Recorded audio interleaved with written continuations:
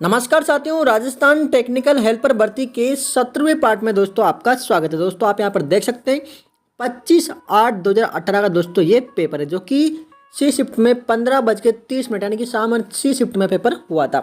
120 में दोस्तों इसका ड्यूरेशन रखा गया था। जेविनल इलेक्ट्रिकल 8 इसका कोड नंबर है। साथियों आपने जो है 16 पार्ट यहाँ पर पूरे कर लिए हैं। अगर आपने बाकी का पार्ट नहीं देखे तो आप जाकर देख सकते हैं। ये आज अपना ये जो है 17वां पार्ट है। पहला क्वेश्चन है, एक मूविंग आयरन इंस्ट्रूमेंट का डिफ्लेक्टिंग टॉर्क किसका सीधे अनुपाती होता है? तो किसका होता है दोस्तों? करंट के वर्ग का। किसका दोस्तों? करंट के वर्ग का। नीचे दिया गया कौन सा उपकरण एसी और डीसी दोनों में एक वाट मीटर के रूप में कुशलतापूर्वक काम करता है? दोस्तों राइट आंसर है डायनमोमीटर। साथियों राजस्थान बिजली विभाग की जो भर्ती है उसका जो एग्जाम है दोस्तों नवंबर के लास्ट वीक में दोस्तों, तो आप जो है तैयारी तेज कर दीजिए दोस्तों। जो आपके क्वेश्चन आने वाले दोस्तों ये पुराने पेपर में दोस्तों क्वेश्चन बैठने वाले हैं आपके। एक ऐसा विद्युत परिपथ जिसमें अनंत प्रतिरोध होता है, क्या होता है दोस्तों? क्या कहलाता है? ओपन सर्किट कहलाता है। अगला क्वेश्चन है, मेगर को खास तौर पर किसको मापने के लिए डिजाइन किया जाता है? तो राइट आंसर क्या होगा आपका यहाँ पर? बहुत अधिक प्रतिरोध को मापने के लिए अपन जो है मेगर का प्रयोग करते हैं।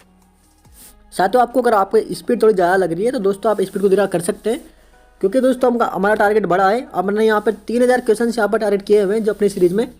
तो अगला क्वेश्चन यहाँ पर 5वां, समांतर में जोड़े गए 10 ओम 20 ओम 40 ओम के रजिस्ट्रेशन का समतुल्य प्रतिरोध ज्ञात कीजिए। दोस्तों हमने क्या बताया था आपको? एक शॉर्ट ट्रिक बताई थी कि भैया आप जो है कैसे रजिस्टेंसों को निकाल सकते हैं।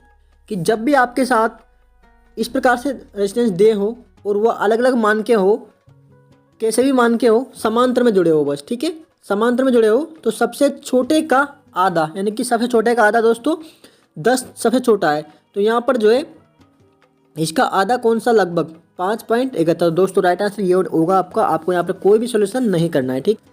अगला क्वेश्चन दोस्तों, कॉन्स्टेंट और मैग्नीन एलॉय का इस्तेमाल मल्टीमीटरों में मापन रेजिस्टेंस बनाने के लिए किया जाता है, क्योंकि ये क्या होता है दोस्तों? इसमें निम्न तापांक गुणांक होता है। तो अगला क्वेश्चन है, अत्यधिक प्रतिरोधों को मापने के लिए इस्तेमाल होने वाला एक उपकरण जिसमें बिजली के केबलों का इंसुलेशन प्रतिरोध मापते हैं, क्या होता है दोस्तों? वह मेमोमीटर होता है। पोटेंशियल ट्रांसफार्मर को किसकी ट्रांसफार्मर माना जा सकता है? दोस्तों राइट आंसर होगा आपका जो वोल्टेज ट्रांसफार्मर, इसको अपन मान सकते हैं। अगर किसी सर्किट का पावर फैक्टर यूनिटी है तो इसका रिएक्टिव पावर क्या होगा? तो रिएक्टिव पावर क्या होगा दोस्तों? यहाँ पर 0 होगा। साथियों अगला क्वेश्चन है, गर्म करने के लिए बिजली के स्टोव में इस्तेमाल होने वाला बेस मटेरियल क्या होता है दोस्तों? बिजली के स्टोव में, तो स्टोव में क्या होता है दोस्तों? वो आपका नाइक्रोम होता है। साथियों अगला क्वेश्चन है, अगर कोई पंखा बनबनाहट की आवाज़ के साथ चलता है तो किसकी वजह से हो सकता है? दोस्तों राइट आंसर आपका बुश खराब होने के कारण। पंखे में कैपेसिटर का क्या प्रयोजन है? दोस्तों पंखे में जो प्रयोजन है वो फेज शिफ्ट करना होता है, क्योंकि सिंगल फेज से पंखा नहीं चलता है, उसको जो है एक फेज को 2 फेजों में डिवाइड करना होता है, तो उसके लिए आपको जो है कैपेसिटर का प्रयोग होता है। तो अगला क्वेश्चन है, डाइलेक्ट्रिक स्ट्रेंथ को किस वस्तु के नमूना की मोटाई से विभाजित करके गणना की जाती है? दोस्तों ब्रेक डाउन वोल्टेज की सहायता से। किसका इस्तेमाल आमतौर पर डीसी उपकरणों के शंट के लिए किया जाता है? दोस्तों करते हैं अपन यहाँ पर मैग्नीन का इस्तेमाल। कम्यूटेटर सेगमेंट के बीच इस्तेमाल होने वाला इंसुलेटिंग मटेरियल क्या होता है? दोस्तों होता है आपका माइका। फ्लेमिंग के दाएं हाथ का नियम किसकी दिशा पहचान करने के लिए इस्तेमाल किया जाता है? तो राइट आंसर आपका जो है उत्पन्न ईएमएफ। तो अगला क्वेश्चन है, उच्च आवृत्तियों पर सबसे बेहतर कार्य करने वाले बाईपास कैपेसिटर संधारित्र का प्रकार कौन सा है? दोस्तों राइट आंसर आपका होगा सिरामिक कैपेसिटर। निम्न में से किस कैपेसिटर का जीवन काल अपेक्षाकृत कम होता है? किसका होता है दोस्तों? इलेक्ट्रोलाइटिक कैपेसिटर का। कैपेसिटर की प्लेटों का आवेश किस व्यंजक द्वारा निरूपित किया जाता है? दोस्तों राइट आंसर आपका जाएगा Q=CV। साथियों अगला क्वेश्चन है, बिना लोड पर डीसी सीरीज मोटर की चाल कितनी होती है? दोस्तों अनंत हो जाती है, यानी कि फुल स्पीड पर हो जाती है। कभी भी जो है डीसी सीरीज मोटर को बिना लोड के नहीं चलाना चाहिए दोस्तों, क्वेश्चन ऐसे भी आता है। अनुनाद आवृत्ति पर प्रेरक प्रतिबाधा मान किसके समान होता है? दोस्तों राइट आंसर होगा आपका यहाँ पर जो है कैपेसिटर की प्रतिबाधा के समान। अगर आपूर्ति की आवृत्ति कम हो जाती है तो कैपेसिटिव रिएक्टेंस क्या होगा दोस्तों? आपका यहाँ पर 2 गुना हो जाता है। तो अगला क्वेश्चन है, जर्मेनियम डायोड की क्षीणता परत पर उड़ता होती है, तो राइट आंसर होगा आपका यहाँ पर 0.3 वोल्ट। तो अगला क्वेश्चन है, वो बिंदु जिस पर लोड लाइन प्रतिच्छेद करती है क्या कहलाता है दोस्तों? आपका जो है सैचुरेशन पॉइंट कहलाता है। दोस्तों आप इनको एक बार देख लीजिए, अगर आप इनको देख भी लोगे तो जब आपके एग्जाम में आएगा दोस्तों तो आपकी नज़र सीधी वहाँ पर जो है ऑप्शन पर ही जाएगी, ठीक है। निम्न में से किसे यूनिवर्सल वाइस भी कहा जाता है? दोस्तों राइट आंसर होगा जहाँ पर जो है वोल्टेज डिवाइडर वाइस को यहाँ पर यूनिवर्सल वाइस भी कहा जाता है। नॉन सिनुसाइडल तरंग रूप उत्पन्न करने वाले आइसोलेटर्स क्या कहलाते हैं? दोस्तों राइट आंसर आपका जो इलेक्ट्रेशंस आइसोलेटर। साथियों अगला क्वेश्चन है, अनडैम्पेड ऑसिलेशन का आयाम कितना रहता है? तो राइट आंसर आपका जो है स्थिर रहता है। एफ एम्पलीफायरों में प्रयुक्त सबसे सामान्य प्रकार की कपलिंग क्या होती है? दोस्तों राइट आंसर होगा जो आरसी कपलिंग होती। किसी क्रिस्टल पर यांत्रिक प्रतिबल और विकृति लगने पर क्रिस्टल में एक ईएमएफ प्रेरित होता है जो क्या कहलाता है? दोस्तों आपका जो है पीजो इलेक्ट्रिक प्रभाव कहलाता है। तो अगला क्वेश्चन है, 415 वोल्ट आरएमएस की एसी आपूर्ति द्वारा प्राप्त अधिकतम मान कितना होगा? साथियों राइट आंसर आपका होगा यहाँ पर 587। आपको जो है 415 को डिवाइडेशन करना होगा 0.7077 से, ठीक है।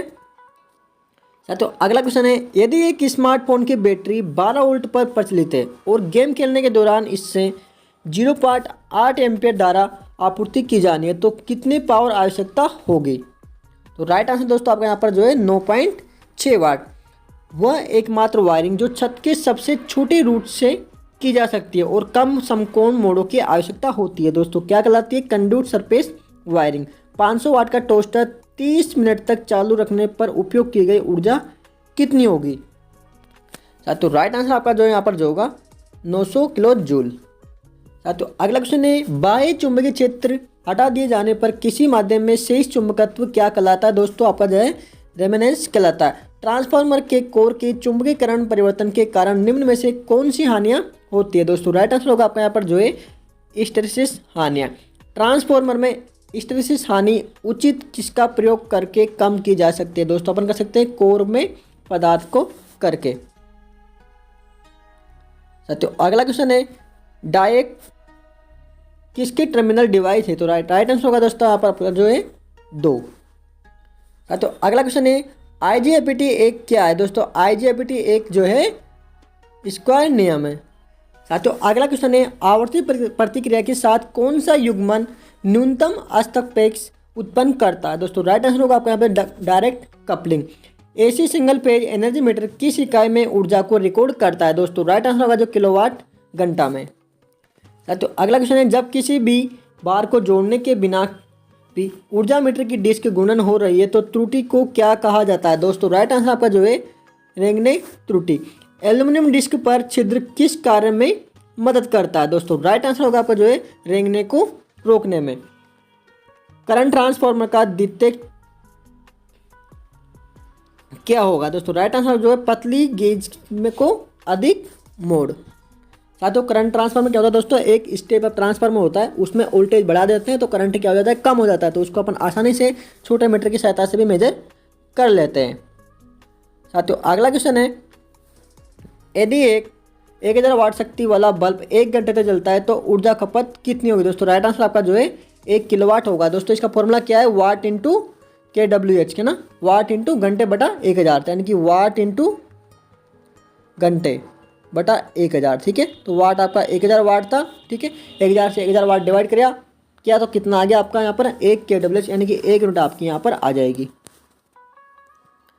और अगला क्वेश्चन दोस्तों, किस घटना से संबंधित शब्द है जहाँ एक प्रेरक के माध्यम से करंट में परिवर्तन एक वोल्टेज को दूसरे में उत्प्रेरित करने का कारण बनता है? दोस्तों राइट आंसर जो है पारस्परिक प्रेरकत्व। भारत में मानक सप्लाई आवृत्ति कितनी है? दोस्तों राइट आंसर आपका जो है 50 हर्ट्ज है। निम्नलिखित में से किसका माप मल्टीमीटर द्वारा किया जा सकता है? दोस्तों राइट आंसर आपका जो है धारिता का माप।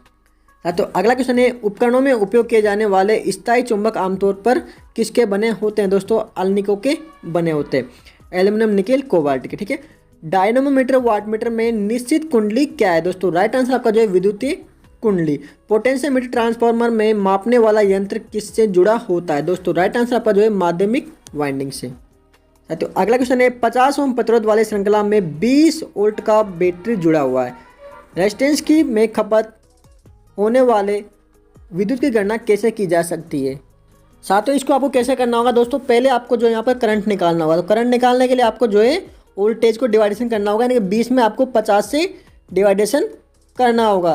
तो जो आएगा तो फिर पावर बराबर क्या होता है दोस्तों, V इंटू आई होता है, V इंटू आई। तो V क्या है आपका 20 है, और जो आपका करंट निकलेगा उसको गुणा करते हैं, आपका राइट आंसर होगा आपके यहाँ 8 वाट। तो अगला क्वेश्चन है, निम्नलिखित में से किस मोटर में शुरुआती टॉर्क सबसे कम होगा। दोस्तों राइट आंसर होगा आपके यहाँ पर छायांकित पोल मोटर में। छायांकित पोल मोटर की दक्षता की सीमा क्या है। दोस्तों राइट आंसर आपका 5 से 35%। AKCR किस परत वाला अर्धचालक डिवाइस है। तो दोस्तों राइट आंसर आपका यहाँ पर जो है 4 परत वाला। तो अगला क्वेश्चन है, एक पॉलीफेज प्रेरण मोटर आमतौर पर किससे बना होता है। तो राइट आंसर आपका जो है स्वयं शुरू होता है।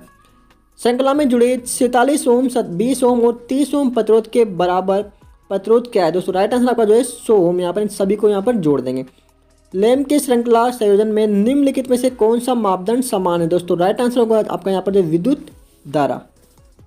इसमें क्या होता है दोस्तों, सीरीज में क्या होता है, जो करंट होता है वह समान होता है, ठीक है, और जो वोल्टेज होता है वो अलग अलग होता है। और लेकिन जो पैरेलल में अगर आप कनेक्शन करोगे तो वहाँ पर वोल्टेज समान होते हैं, ठीक है। साथियों अगला क्वेश्चन है, इलेक्ट्रिक मोटर में फ्यूज का उद्देश्य किसकी सुरक्षा प्रदान करना होता है। दोस्तों राइट आंसर जो है शॉर्ट सर्किट से सुरक्षा प्रदान करना। 35 वोल्ट सप्लाई की श्रृंखला में जुड़े 3 प्रतिरोध, ठीक है, 2 किलो ओम, 3 किलो ओम और 3 किलो ओम, ठीक है, 2 और 3 किलो ओम की कुल करंट और प्रतिरोध क्या होगा। तो श्रृंखला में क्या होगा दोस्तों, सभी प्रतिरोध जुड़ जाएंगे। तो यहाँ पर 7 किलो ओम वाला राइट आंसर आपका यहाँ पर हो जाएगा। अगला क्वेश्चन है, संचयी रूप से संयुक्त DC मोटर में जब भार बढ़ता है तो क्या होता है। दोस्तों गति कम हो जाती है। अगला क्वेश्चन है, पूर्ण तरंग रेक्टिफायर में उपयोग किए जाने वाले डायोड की संख्या कितनी होती है। दोस्तों यहाँ पर 2 होती है। ट्यूबलाइट सर्किट में चोक का प्राथमिक कार्य क्या है। दोस्तों यहाँ पर जो है उच्च वोल्टेज प्रेरित करना उसका कार्य होता है। इलेक्ट्रोलाइट के मामले में तापमान में वृद्धि का कारण क्या बनता है। दोस्तों यहाँ पर प्रतिरोध में कमी बनती है। साथियों अगला क्वेश्चन है, ऐसी सामग्री जिसे बहुत ही कम चुंबक बनाया जा सकता है उसको क्या कहते हैं अपन। दोस्तों पैरा मैग्नेटिक पदार्थ कहते हैं, ठीक है। तो राइट आंसर बी होगा आपका। कंडक्टर में विकसित ऊष्मा किसके अनुपात में है। तो दोस्तों राइट आंसर होगा आपका करंट के स्क्वायर में। DC मोटर के बैक ईएमएफ किस पर निर्भर करता है। दोस्तों राइट आंसर होगा जो फील्ड फ्लक्स पर। थर्मल ओवरलोड रिले स्टार्टर में मोटर की रक्षा के लिए किसके विरुद्ध प्रदान किया जाता है। दोस्तों राइट आंसर जो है अतिरिक्त करंट के। यदि vacuum tube amplifier circuit 50 kilo ohm प्रतिरोधी के पास 50 वोल्ट है तो इसका करंट क्या होगा। दोस्तों राइट आंसर होगा आपका यहाँ पर जो है 3 मिली एम्पेयर। इसमें दोस्तों V बराबर IR जो कि आपको यहाँ पर फॉर्मूला लगाना है, ठीक है। वोल्टेज को किलो ओम से रेजिस्टेंस से डिवाइडेशन करना है, वो तो यहाँ पर जो है राइट आंसर आपका मिली एम्पेयर आ जाएगा। कार्बन संरचना प्रतिरोध के लिए निम्न में से कौन सा समान प्रतिरोध के बिजली अवयव मूल्य है। दोस्तों राइट आंसर होगा आपका यहाँ पर जो है 1 लाख ओम और 1 वाट। साथियों आज अपन ने यहाँ पर 17वें पार्ट के दोस्तों 75 क्वेश्चंस पूरे कर ले। दोस्तों इस पार्ट में दोस्तों इस पेपर में 150 क्वेश्चन है। तो जो अगले क्वेश्चन है दोस्तों 76 से लेकर और आपके 150 तक वो अपन अगले 18वें पार्ट में यहाँ पर पूरे करेंगे, क्योंकि वीडियो जो है दोस्तों बहुत ही बड़ी हो जाएगी। तो दोस्तों मिलते हैं अगले पार्ट में, तब तक के लिए जय Hind. Subscribe now and press the bell icon. Never miss an update.